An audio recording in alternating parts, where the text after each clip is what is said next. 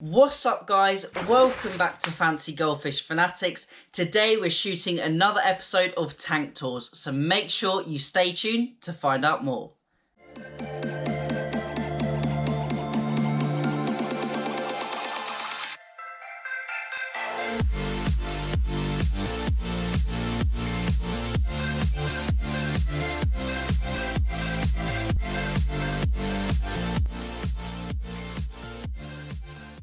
Hey Fanatics family, welcome back. As always, check out the links in the description, check out the new website, check out the Facebook group and follow us on Instagram. As I said, today we're going to be doing another episode of Tank Tours, but today we're actually going to be looking at a ranch, well, a fancy goldfish pond I should say.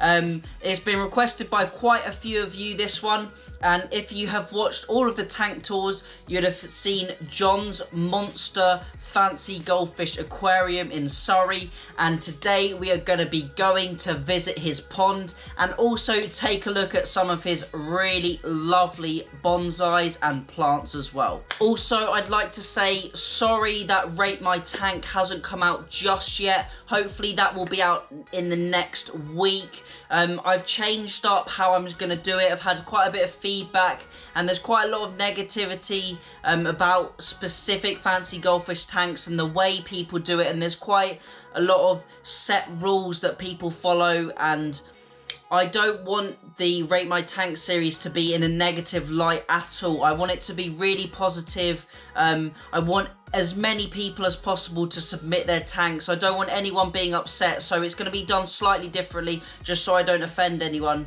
and we're just going to be doing it in a more positive light. So hopefully that will be out in the next week or so. I just need to get all the videos together and narrate that. So on the screen now is going to be videos of his pond, and as always I'm going to be narrating in the background. So see you in a bit. So as you can see, it is an absolutely lovely day at John's. The sun was out and it was really hitting the pond right in this front corner where we took some shots. As you can see, the pond is planted heavily with a large lily. I believe it was just one lily. It might have been two separate pots, but there was lots of lily pads which help cover the surface, give the fish some cover, and protect them from that hot sun. As you can also see, the pond is completely surrounded with plants, and we will probably do some closer shots of the plants as the video goes on. There is also a large iris at the back of the pond, I believe, and this, along with the water lilies, really helps to suck up the nutrients from the water and help keep those nitrates down. Although John tends to do a large water change every single week, the plants really help to lower that organic load in the pond, which also means he can feed a lot heavier. Now, the pond in dimensions, I believe it was around 2 meters wide by around 3 meters long, and the depth is somewhere between 35 and 45 centimeters, so it is nice and shallow for the fish. As you can see in this other shot, we've got a few succulents down on the left hand corner.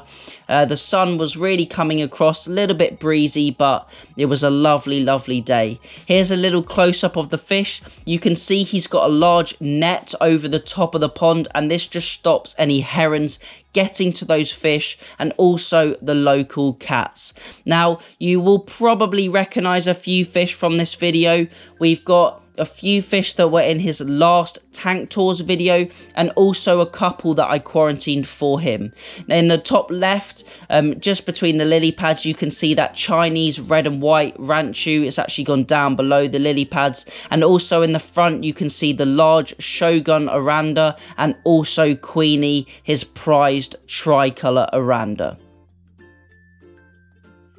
So now onto a few of his plants. As you can see, John has some absolutely stunning bonsais.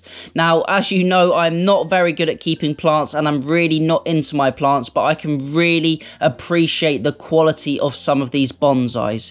Really nice, and he's got them on different sort of benches, and here you can see all of his succulents on the fence on little what would you call them, shelves, little shelves he's made out of decking. He's got hundreds and hundreds of plants in his garden, so many different types, so many different succulents you can see here, some really cool and nice examples, and some wacky looking plants. Really cool. So I thought the green fingered ones of you would like to see those, something a little bit different. And around the pond here you can really see more succulents all bunched together like a big forest, and the plants are always surrounding the pond, so it also helps give the fish some cover. And then, as you can see, some more of his bonsais, and he's actually got a greenhouse behind that you can see in the background, which has also got more plants in it. As we come back to the pond, we're just heading through the succulent jungle, and now we will get some underwater footage of the fish, and you will be able to see some of the fish that were in the last video. Got a lovely black moor here, similar to a demikin. Really nice quality. The water was a little bit stirred up because we had been feeding them previously to the video, had been chucking in some pellets. I believe John's just chucked a few more in now, so to bring the fish closer to the camera. That's a really chunky calico that just went out of shot. That's probably about 6 inches, just to gain some reference and size. And then we can also see that Chinese red and white ranchu coming back into shot. Now, I'll just let you have a look over some of the fish in the shot without me babbling on in the background, but also you can see his lovely, stunning quality tricolour aranda, and the fish colours really do change in the summer and in that outdoor environment.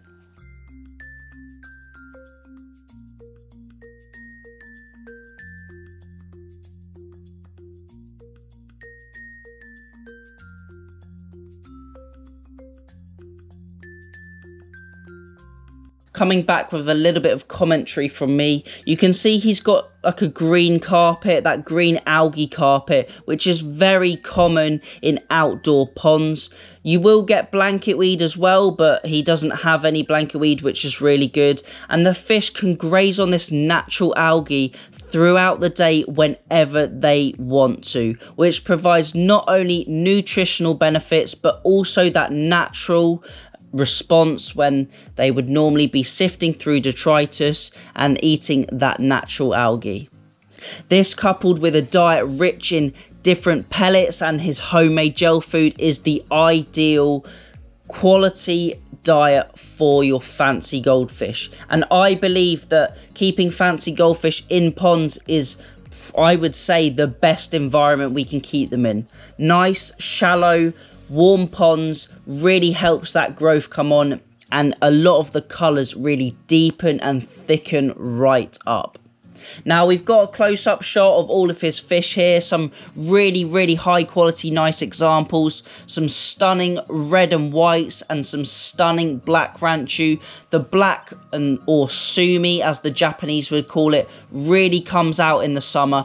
You can really see that depth of black. I believe it's the sunlight that really helps deepen it up. That natural vitamin D is just really good for the fish. And as you can see, they are all so large and fat and really chubby. You can tell that they're really happy. They've got lots of space to roam around in. They've got natural feeding, and they're getting fed, I believe, around 2 to 5 times a day as well. So now let's look at some of his lovely examples. He's actually just got this orange ranchu, and you may have seen it a few weeks ago. I think he put it up on the Facebook group about 3 weeks ago, and that's really fattened up. Also, this stunning calico that he's trying to groom up. He got this at the same time as the orange one, and it's really putting some body on. I remember seeing the pictures of it before he got it. And then also that lovely red and white ranchu that I quarantined for him. That's really coming on well, putting the body on, and it is one of the stars of the pond. Really well, good at feeding, and yeah, absolutely lovely. So I'd like to thank you all for watching. I hope you enjoyed this Tank Tours episode. There will be many more to come, and hopefully, as I said, soon we will be doing the brand new series Rate My Tank, and we will be running those alongside each other. So we've got a back to basics series, we've got tank tours, we've got Rate My Tank, and then we've also got the DIY series occasionally when I do some DIY work. In the near future, I'm probably going to be going down to 2 videos a week, one on a Wednesday and one on a Sunday, as 3 videos every week for the past however many months it's been has been very challenging. And now we've got the website, the Facebook group, the Instagram. It's all getting a little bit too much. So I'm just going to go down to 2 videos. Maybe we'll up it back to 3. But I expect in a week or 2 weeks we will then go down to 2 videos. So as always, thank you for all of your comments, all of the support. It really helps me. It really helps me keep going and keep putting those videos out. So I really appreciate that. I'd like to thank you all for watching. Remember to keep those water changes up, and happy fish keeping.